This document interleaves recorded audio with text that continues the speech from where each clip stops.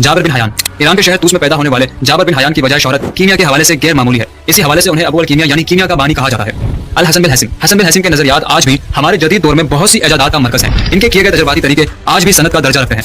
मोहम्मद अल करखी। फारिस में पैदा होने वाले इस मशहूर साइंसदान ने अलजबरा और ज्योमेट्री में अहम किरदार अदा किया।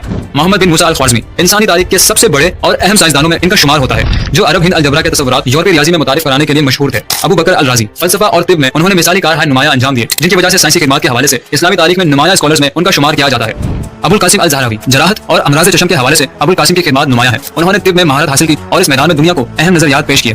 जराहत के हवाले से किताब लिखी जिसमें सर्जरी और अमराज चशम के बारे में अहम मालूमात मौजूद हैं। इसके अलावा उन्होंने आला जराही की भी मालूमात दी। इब्ने सीना। तिब के हवाले से इब्ने सीना का दर्जा बाबाए तिब का है। इसके अलावा कुदरती उलूम, रियाज, माबाद तबियात और मंतक में उनकी महारत का कोई जवाब नहीं।